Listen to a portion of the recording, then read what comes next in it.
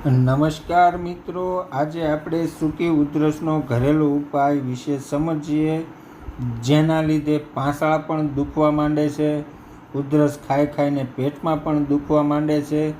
તો મિત્રો, હજી તમે અમારી આ ચેનલમાં નવા છો, ચેનલને સબસ્ક્રાઈબ ના કરી હોય તો સબસ્ક્રાઈબ કરવાનું ભૂલતા નહીં.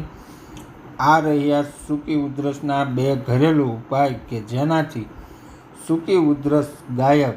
તો આવો સમજીએ વિડીયોમાં. મિત્રો, બહારનું ફંક ફૂડ ખાવાનું બંધ કરવું જરૂરી છે. ઉપાય નંબર 1. સામાન્ય ગરમ પાણીમાં 1 ચમચી મધ નાખી પીવાથી કોરી ઉધરસ દૂર થાય છે. ઉપાય નંબર 2. ગરમ પાણીમાં મીઠું નાખી કોગળા કરવાથી તરત જ સૂકી ઉધરસમાં રાહત થાય છે. મિત્રો, આ નાનકડો ટચુકડો વિડીયો તમને ગમે તો લાઈક અને શેર કરવાનું ભૂલતા નહીં. મળીએ હવે પછીના વિડીયોમાં.